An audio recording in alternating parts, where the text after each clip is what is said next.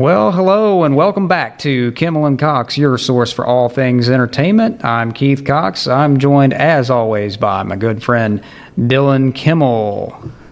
You can call me Betty. How was your weekend, Betty? It was very good. It was very good. Well, I say that, but it was actually. Hold on 1 second. We won't redo that. Let's not redo that again. Oh, I didn't have my mic on. My apologies.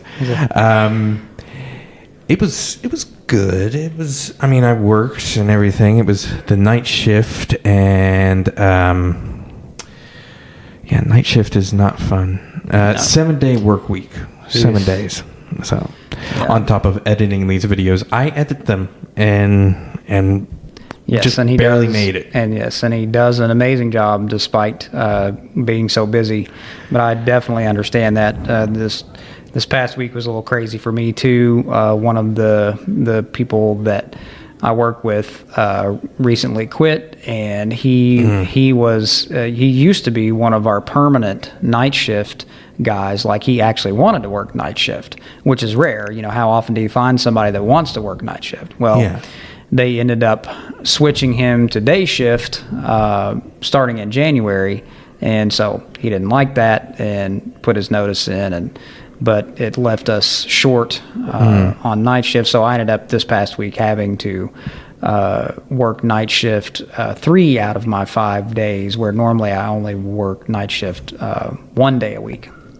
So it's like 3 to midnight, which is it's not like the graveyard shift. It's not overnight, which I've done that before too, and that definitely sucks. But it's still, it's still a pain. It definitely makes it hard for you to make plans and to do things when you have to work that late. But did have some fun this weekend. Actually got a chance to work on a little short film. A quick little. It only took a couple of hours of filming. Basically, it was like a cameo. My friend Ken Cravens, who I had worked with a few times before, and he had directed me in a short film last year. Yeah, and which was a Christmas movie where I played an elf, and so he thought it would be funny to bring me in and sort of work as like an extra, like background or whatever, but sort of like a featured extra or whatever. And he thought it would be hilarious to actually. Which completely out of place within the context of the scene, but he decided to put some elf ears on me and like an elf hat. Yeah. And they've just got us in the background there. Cynthia actually joined me on that, which was fun because as you know, we met on a film set. Yeah. But this was the first time that we had actually gotten to like interact with each other as a couple. And so, did you all play like a couple in the cameo? Yeah, and so that worked out really good, and he put some elf ears on her as well too. So that's great. That's going to be pretty funny. Just to go to like look in the background and be like, why are there like 2 elves sitting back there in the background there? I also forgotten to mention I was in talks with our actor friend Brittany Saylor. Okay. She's working on a little production with a group there, and I don't know how much I want to say just yet. But she actually had me brought on as a writer for. I'll see how it goes. It's funny because she was telling the guy, I guess both of us don't like tooting our own horns on how, but I think even you have come across it before. of people coming like, oh, they're great, they're really good, Yeah, you know, and giving you such high praise. And it's like, for me personally, I'm kind of like, please, you're going, don't feed my ego a little bit, you know. It's like it's hard to take a compliment sometimes, and you know she gave me high praise, which was very flattering. It really was. But the guy says, he said, well, if the script is good, and she chimes in, oh, it's going to be great. It'll be great. I've read his writing. It'll be really good. Yeah, but it is. It's hard to. It's hard to. As nice as it is to hear, sometimes it can be difficult to take that. And especially before you actually start working on something, you know, the fear comes in, and you're thinking, can I do this? I don't know. Right. I don't know. The pressure. Yeah. Yeah. But yeah, we got into that a little bit on the interview that I had on, you know, Brandon's podcast, where they talked about, you know, they're like, you know, don't be afraid to, like, you know, kind of puff your chest up a little bit. If you know you're talented, if you know you're good, there's nothing wrong with showing people, you know, what you've got and being proud of that. Which I think we both kind of question if we're actually good. Yeah, I mean, you're always like, because it's subjective. It's like we can't, you know, like you kind of depend on other people to sort of gauge that for you. You know, you can't, you know, you're not going to go around saying, you know, like I'm just great. You know, I'm the best, you know, actor, you know, that's come along in a long time or anything like that. I mean, there's a difference, I guess, in believing in yourself, you know, which we do, and then actually just really like, I guess, bragging on yourself or whatever. So, but, well, speaking of subjective, this movie is kind of subjective. Oh goodness, yeah. What can we possibly say about this movie? This is a very different from what we've been talking about so far. Yeah, we've been talking about good. Yeah, you know, actually, like, you know, legitimate. Well written. Good, this one is not earning any Oscars, and it does not want to. Honestly, it's not meant to. I don't know. I don't know if this movie would make anyone's list of the greatest movies of all time. You know, certainly wouldn't make mine. But it is a good time. It is funny for what it is. So we are, of course, talking about Kung Pow, Enter the Fist, which is a satire of basically the like kung fu movies from the 1970s. You know, kind of that time period, and it's poking fun at that, but also bringing in contemporary references as well, contemporary for the time, because the movie was released on January 25th, 2002. Which it's hard to believe, actually. I mean, that doesn't seem like that long ago, but I mean, it's 21 years ago now. So it has been a long time. But 21 years. Yeah. Oh my goodness. That's way to make us feel old. I know. That's like, you know, that's almost in that, you know, classic status. You know, like 25 years, I think, is supposed to be like the mark of a classic. But anyway. Oh man. So it's definitely a spoof, and is not at all intended to be serious. But the film was written and directed by Steve Odekirk, and starring Steve Odekirk, Jennifer Tung, and Leo Lee. Something that I thought was interesting, I didn't actually know until I read some of the trivia behind the scenes stuff on the movie, was that Steve Odekirk actually, because if you know anything about those old kung fu movies, because typically they were like shot in like Japan or China, and if most of the actors were not American, and so they didn't speak English, and so their lines were usually dubbed later by American actors speaking usually with a very bad Asian accent. So you didn't know that it was him doing the voices? Yeah, that's what I was going to say. Like, I didn't realize he actually does the voices for every character in the movie except for Woe, which is Jennifer Tung's character. Yeah. She did her own dubbing on that. it's of course it's as you watch the movie, it's obvious, that he's doing all these different voices and everything, but it's really funny. So he even does the women, even does the voices for them. But yeah, it's what was the girl's name? The love interest there. Hang on, let me. The name escapes me. I will find it here in just a second.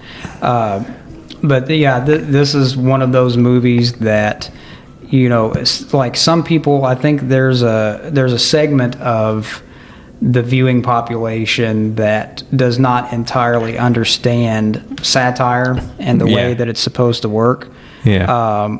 And so they don't make very many satire movies anymore either. No, and there are plenty of really good ones out there. Airplane comes to mind. That's a really good one. The Naked Gun movies. Naked Gun. The Austin Powers movies are like that. The first two scary movies were good. The rest were bad. Yeah.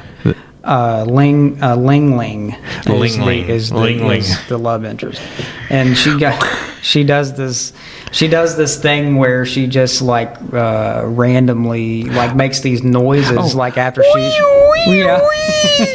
was like, what the hell is that?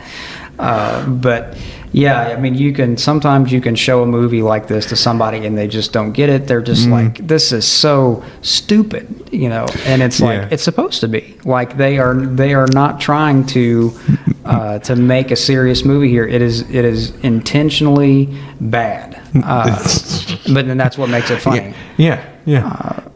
It's, the hilarity of it. I mean, even the like the CGI, the in the very beginning. Let's start with the beginning. The baby doll. Yeah. The baby doll. So the premise of the movie is that the star of the movie, Steve Odekirk, is playing. It goes with the cliche chosen one. Yeah. Cliche, yeah. Right, that there's like, he's a martial arts master, and that he was born this way. You never really learn his actual name. They just refer to him in the whole movie as the chosen one. And so he's, there's a flashback in the beginning and where he's an infant, and these guys break into his home and murder his parents in front of him. And then he starts fending off these guys by himself as a baby. He's like, what's interesting is that baby has really good memory. Yeah, to the fact that he would remember their faces as an adult later on. But yeah, it's right away we get this like ridiculous scene where this baby is like doing flips through the air and like and kicking these guys, and then eventually he rolls down a hill and just keeps rolling, and it's clearly a doll. It's a really bad looking doll, but it's very obvious, very, very obvious. At one point, this one lady comes by and she's like, "Oh, a baby!" Yeah, and she's like, "Oh, it's so cute," and then she puts him down and keeps rolling him down the hill. Bye bye.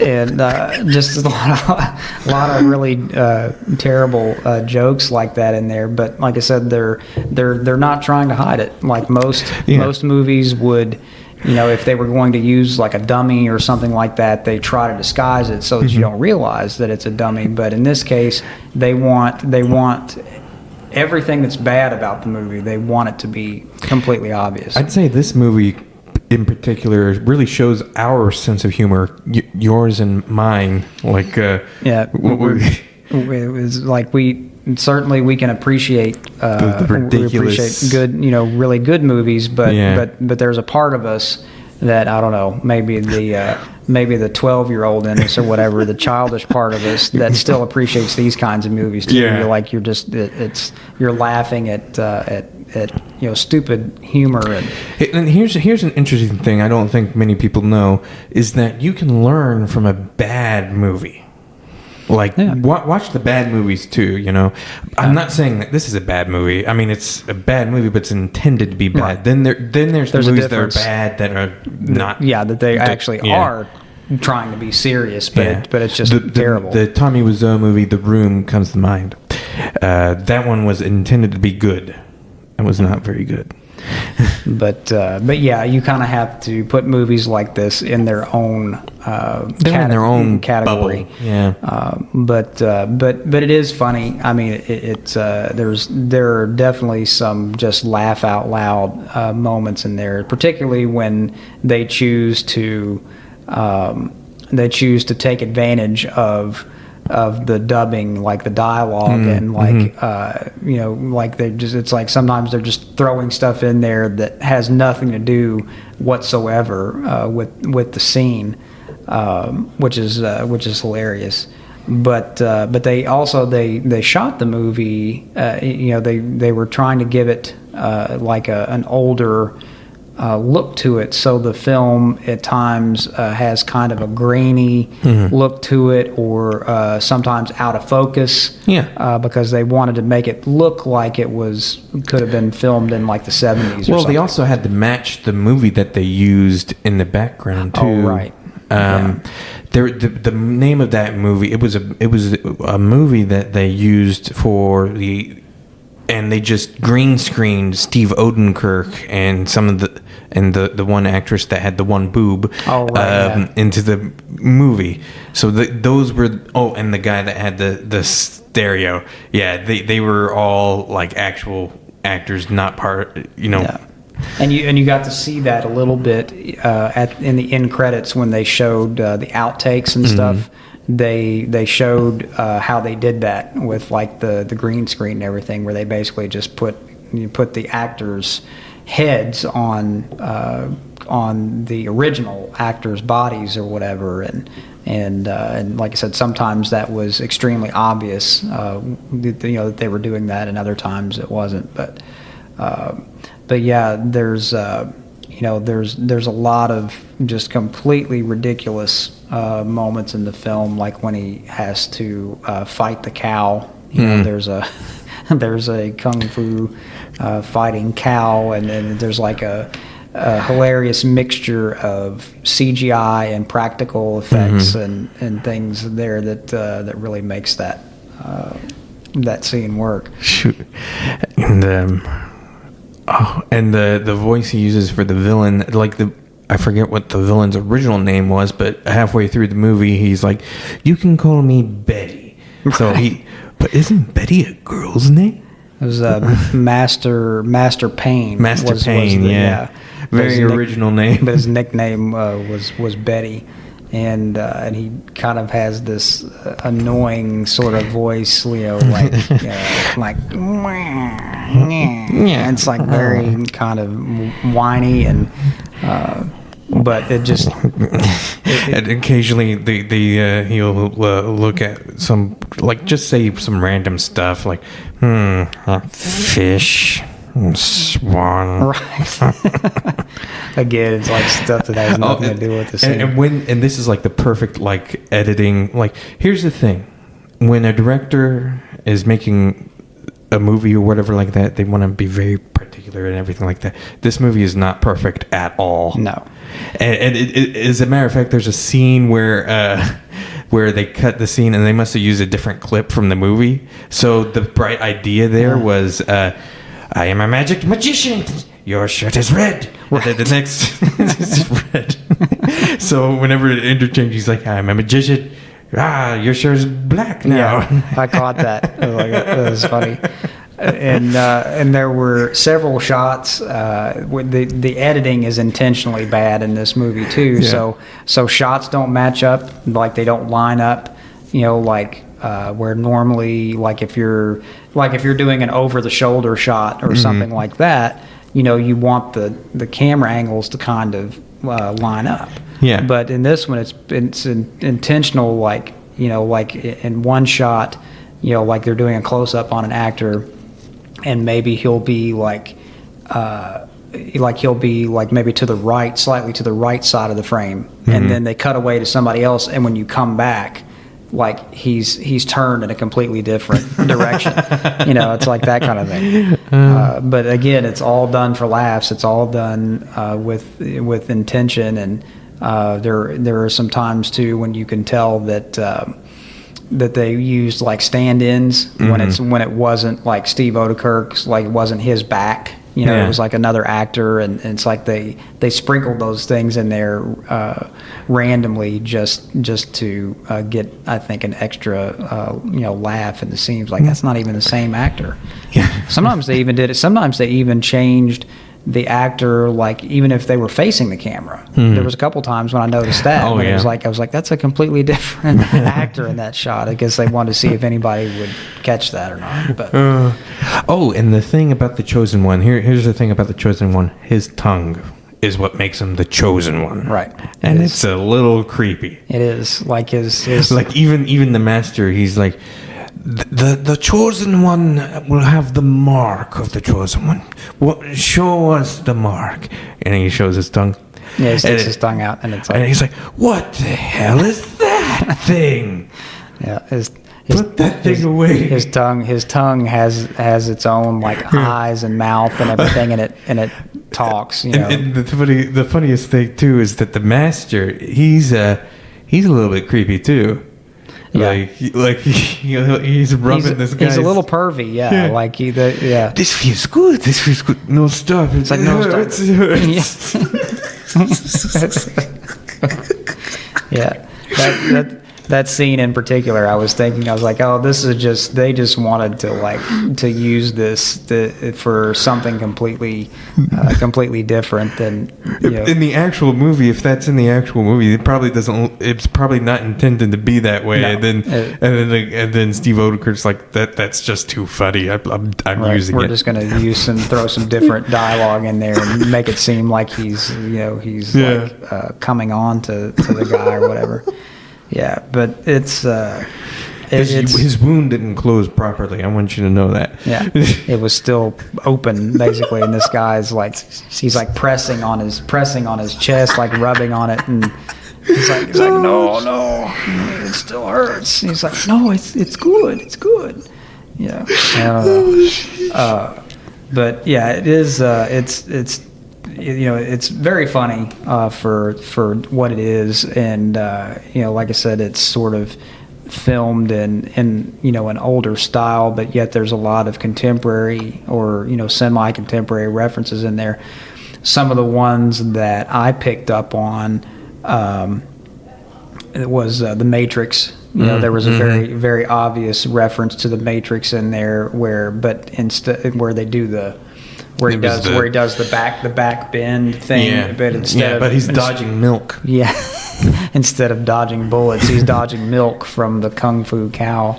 And there was a Lion King reference in there when he sees the vision of the lion who's I forget what they named the lion there, but it was similar to Mufasa. It was because when he appears in the clouds and starts talking to the Chosen One, he even says at first Simba, Yeah. So it was like an obvious. No, I'm the Chosen One. It's like an obvious Lion King reference, yeah. And it talks about. He starts to say this, like you think he's going to say the circle of life, but he's like, it's part of the circle of stuff, and then I didn't know if you noticed this or not, but this is definitely more of a dated reference, but for those who are familiar with the Andy Griffith Show, at one point near the beginning of the movie, there's a guy that comes running in to warn the Chosen One about something, but he's clearly, like, the voice that he used for that character is totally out of place. It's not. He doesn't speak with an Asian accent or anything. He sounds like Barney Fife. like it's totally like a. I totally missed that. You know, he's like, oh, there's, you know, somebody's coming and it's really bad. You know, it's like he's totally like talking like he's basically doing like a Don Knotts like impression there, and it's totally out of place and like. I remembered now. Yeah, I didn't think of it at the time, but yeah, it does totally sound like Barney Fife. Yeah, and so I caught that little joke in there. They tease a sequel at the end too, but that's never going to happen. And that was probably it was just intentional a joke as well. Yeah, they never intended to make a sequel. And there are some other references in there too, like as far as the music that is used.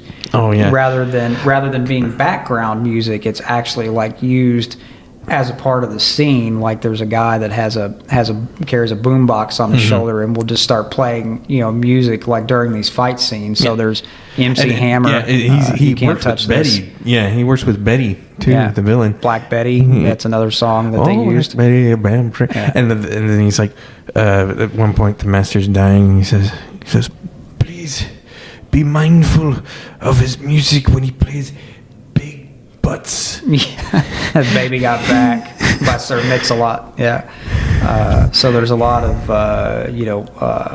contemporary like musical references and stuff in there, and they find a way to incorporate that into the scenes in a pretty hilarious way. And then there's a little bit of product placement in there too. I saw Hooters. It makes fun of it too. It's like, Hooters, and Taco Bell. Yeah. Taco Bell. And place, but Taco Bell. And then there's the little line that the lion says before he fades out. He says, "This is CNN." Oh yeah, this is CNN. So yeah, there's a lot of modern references and jokes and stuff in there. It's pretty funny. But yeah, I don't know. It like I said, it's an enjoyable movie. You know, if you really like that kind of If you're in the mood for something where you just don't want to think, then this is the movie for you. Again, just like Tenet, I probably wouldn't watch this movie on acid, but but because it probably feels like you're on acid when you're watching it. Kind of feels a little bit like a fever dream or something. Like, it's like, where did they come up with this stuff? What in the world? Yeah, it's one of those movies where I love movies like this. As a matter of fact, when I'm writing comedy, none of my comedies, I can't say that they're not satires. There's probably a little bit of satiring here and there when I'm doing a comedy, isn't it? Yeah, maybe a little bit sprinkled in there. But it is very funny. I enjoy the hilarity of things where you go, what? Because I find it just completely funny when you catch the people off guard and you're like, and I can tell when I have the perfect line that's just hilarious because I'll end up laughing while I'm writing. Yeah. So I don't know if you do the same too when you're typing something. It's like it's like sometimes, you just know. Yeah. Because you can envision the character saying that out loud, and you're like, oh, this is gonna be good. Like this is. I wish we had gotten to film some of the scenes for Incentive to Kill that I thought were like the best. We never got to film the most funniest scenes, honestly. Oh no, it which is really a shame because it's such a good movie, and talking about Dylan's writing and how he's just such a unique filmmaker, but there was a little bit of that, because it was an action film, but there was a little bit of that oddball humor. Like, where did that come from? It's like totally stupid. Like the scene that comes to mind for me is when Steve and oh gosh, it's been so long now since I've read the script, but Ivana's character, which is supposed to be Steve's wife, Nora, right? When they're fighting in the kitchen, and she kicks him in the balls, and he says, oh, my ovaries or something like that. And I'm like, it's like one of those things where it's like, did he really just say that? Like, what? Is he that stupid? Does he really think he has ovaries, or is it just a stupid one-off, kind of joke? I mean, that scene has a lot of funny lines, honestly. I love the scene where he's like, he just had breakfast and he's eating breakfast and he realized he just got poisoned. He's like, "You poisoned my omelet, you!" And he just turns to he turns to the camera and he says, "I'm sorry, Mom, but because I'm sure my mom's going to hear this. Most important, the meal of the day, my ass." Yeah. Yeah, there was a lot of really great jokes in that script, and it's unfortunate that we didn't get to film maybe it. One day. But maybe one day. It's we're not gonna count that out. It really just comes down to the money, like most things do in this business, and and for something like that, you really want to be able to do it right. You don't want to just, it was the same thing with my film. I didn't want to do it unless I could get the money to do it right. And you were going to direct and star in it just like he did in this movie. Steve Odenkirk, he pulled double duty on that. And that is quite the challenge to actually do that too.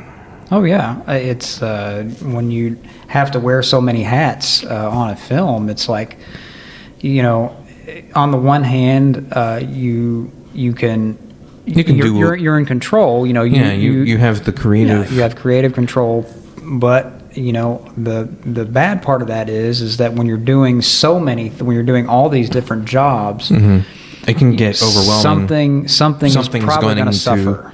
Yeah. And it's especially true when you're the skeleton crew, like I've tended to be. It is noticeable in some of the shorts that I've done where something suffers. Like, okay, so say if I'm focused on the camera work, then the actor, the actor's not getting his, and I feel like I'm more of an actor's director type person. I tend to focus more so on the actor, I think. Do I? Yeah, I think so. Everybody kind of approaches that in a different way. And some directors, I feel like they really get caught up in watching their actors, in the moment, whereas others will watch the monitor. They'll watch the camera because they are focused on the final vision, how does it actually look on the screen, because this is what audiences are going to be seeing. If I can find the perfect balance with that, because clearly the camera, when I'm focused on the actor, the camera is going to go. And I think that's when you have to trust your actors for one thing, and you also, but more than that, you have to trust your cinematographer. Yes. If you're going to watch the actor and not watch what's going on in the lens, you really have to trust that your cinematographer is carrying out your vision, because you don't want to get in the editing room and then be like, oh gosh, I didn't know it looked like that. It's not. Which I have done before, because we've made The Deed 3 times. Actually, no, 4 times. Because there was that one time that it just fell through and we never finished it. Right. And then there's the 2.0 one, which didn't feel up to par. So I really wanted to do the dialogue version, and I think we finally done it right. Yeah. The dialogue version of it. I still like the original. The dialogue version I also like too. They're nice little pieces together. Different take on it, but. I kind of feel like I would be more of the watching the monitor type of director, because you're still watching the performances that way, know. But for me, because I am such a visual person, visually oriented, and just knowing the way that I like to watch movies, I think I would want to see it within that frame. I would want to see exactly how it's going to look on the screen, because and you can also tell, because sometimes an actor's performance, if you're just watching them and not really watching the camera, it might not translate the same way to film. So you kind of want to know, are their performances coming across the way you want them to on camera? Because maybe the camera is not picking up something that you really wanted to see. And so I don't know. I think it's just a different, a different way to, because the lens is only going to be focused on, on one thing at a time. Whereas if you're just kind of watching the actors live, it might look good to you in the moment, but then you notice that the camera didn't capture that, So, but yeah, I think it's just a difference in styles and what works for different directors. But I mean, there's different types of directors and there's different types of actors. We've touched base on that in the beginning there about the actors, there being different types of actors as well. Like, for instance, you are the type of actor who needs time to actually get into character. You need a few more takes. Yeah. Now, and I don't know if do you like rehearsals? I think they can be helpful, especially for someone like me, because I'm not really a. Sometimes I can be, but I'm typically not a one take actor, because I find that, especially when you're just starting, like maybe it's your first few shots of the film, you're still really trying to get into this character, and so sometimes it takes me a little bit to warm up to that, or to find things that are really working. I do know that some actors are not rehearsal people. I mean, you've heard about them. There's people in Hollywood that are like, I don't do rehearsal. Forget that. Yeah. Spur of the moment type of thing. But I wonder what rehearsal is like for a movie like this, for Kung Pow. Oh gosh, I mean, because there are so many different elements at work there. There has to be rehearsals with that. Yeah, because you're working with the green screen, and so your movements have to be timed very specifically in order to match up with those shots. Because not only is it green screen, but they're also cropping a person into another film. Yeah. So there's a lot of moving parts with a movie like that. So it's a little bit more complicated. But yeah, I think rehearsal can definitely come in handy for someone who does need to warm up a little bit, so that ideally when the camera starts rolling, then you're ready to go. As opposed to you don't want to kind of be finding that stuff in the midst of filming, and then suddenly the director decides like they've got enough coverage on that, and it's like, okay, that's good, let's that's a cut and a print, and then you're sitting there like, well, I could have done that better, like but it's not up to you, it's up to the director, and like so. And it's funny because as a director, I will often go back. Yes, that's the question I want to ask an actual film director eventually. There, I'm sure that the answer is yes, but going back in, because you would want to go back and do it again, that performance. And then sometimes when I'm going back and looking at a film, I'm like, man, I should have done that shot. I should have done this. I should have asked the actor to do this kind of performance, But I'd say he probably had an easier time, Steve Odenkirk did with Kung Pow, with figuring that out, because he was only dealing with maybe like one or two actors and himself. Yeah, probably a little bit easier to do that.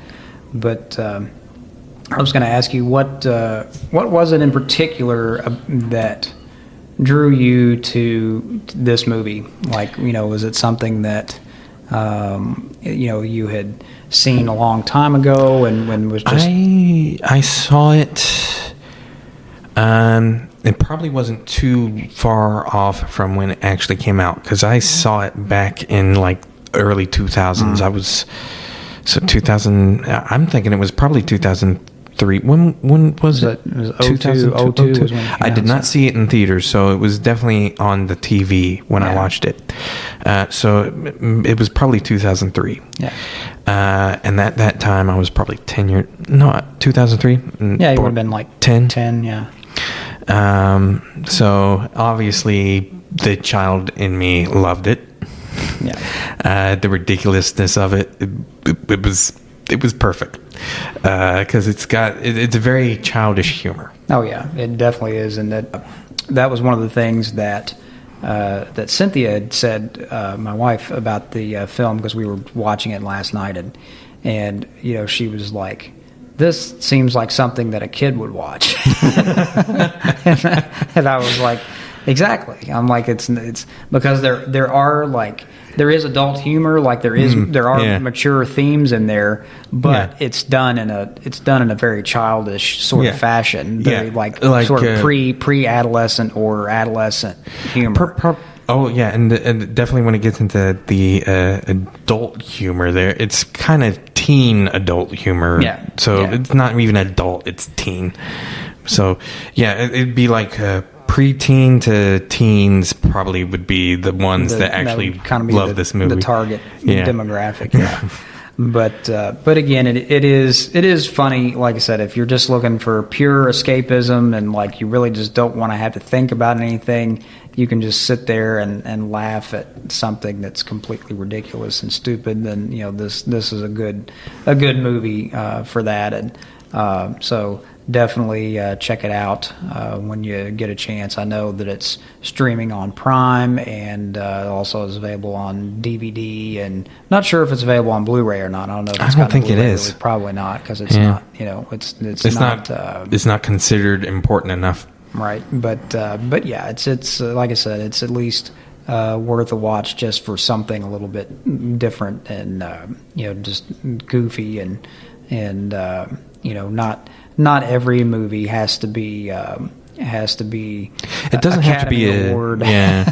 You don't have to be Quentin Tarantino. You don't have to be Steven Spielberg or any of them. You can definitely enjoy the stupid and childish stuff too, because that's the beauty of film. I find is that especially in the indie market, I find that some of the directors and stuff like that take things too seriously. Yeah. I've seen some of these indie movies. Don't take it too seriously. Yeah, you got to be able to laugh at yourself and laugh at others too, because sometimes it's just funny is just funny, you know. But anyway, we're just about out of time for today. But as always, just want to remind everybody to be sure to subscribe, like, and share to our YouTube channel. Please. Yes, we need need all the subscribers we can get. And anything helps. Please do tell us what we can improve on, what you'd like to see. Yeah, we would definitely love to hear from you all. You can leave your comments for us. Down below in the comments on each episode, and you can also comment on our socials, or you can email us on our official podcast email, kimmelandcox@gmail.com. But we definitely want to hear your feedback because that just helps us to determine where to go from here, and maybe to get an idea of what you all would like to hear us talk about on the podcast. And we've got no shortage of topics that we can talk about for sure. But clearly we will go the mile and actually talk about things that are not popular. Yes, that's true. Where it's not going to be, they're not even necessarily all going to be things that we like or enjoy or whatever. But you kind of take the good with the bad there. But when you subscribe on YouTube, be sure that you tap that little bell icon so that you receive the notifications whenever new content or episodes are posted. Again, go and follow us on our socials. We're pretty much on all of the major social media platforms, and we will have those links available for you on the bottom of your screen, as well as down below in the video's description and in the closing credits of every episode. So there's no way you can miss them. I think it should be said that with the Patreon page, we would, if we had any Patreons, any people that would support us through that, we would add your names in the end credits too. Yes, that is one of the benefits that we offer on there, and it's not very much. You don't really have to contribute a lot to get that perk. And if you do support us even further, we will even mention you. Yes, you'll get a verbal shout out. Before we close the episode for that week, and so. Just thought I'd mention a few perks there. Yeah, so just throwing that out there, and that does, that kind of thing does, mean a lot to people, being able to get credit for that, and we want to give you credit for that. If you're going to contribute towards the podcast, and we want to make sure that you're recognized for that. And speaking of that Patreon page, be sure to go and check that out and see some of the other benefits that we're offering there. And we think we've got some pretty cool stuff there for now, and hopefully in the future we can offer you even more. But that's really going to depend on you all. We need your support, and the more that we have, the more that we can offer you, and so that's our hope, is that we'll just continue getting bigger and better from here, so that we can deliver you the best possible podcast every single week. Next week we are going to be doing our next celebrity profile. Wow. Our episode on Dan Aykroyd proved to be very popular. It actually, so far, has been our most popular episode, so we thank you for that. But we want to continue doing more of those celebrity profiles, because obviously you guys really like that. And I think next week's is going to be a good one. We're going to be talking about the talented Charlize Theron.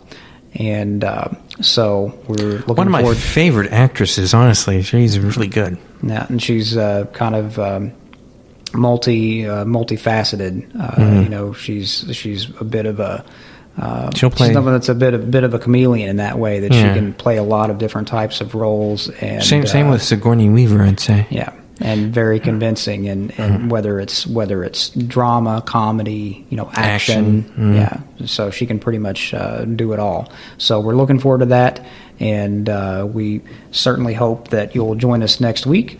But until then, be good to yourselves, and we'll see you next time.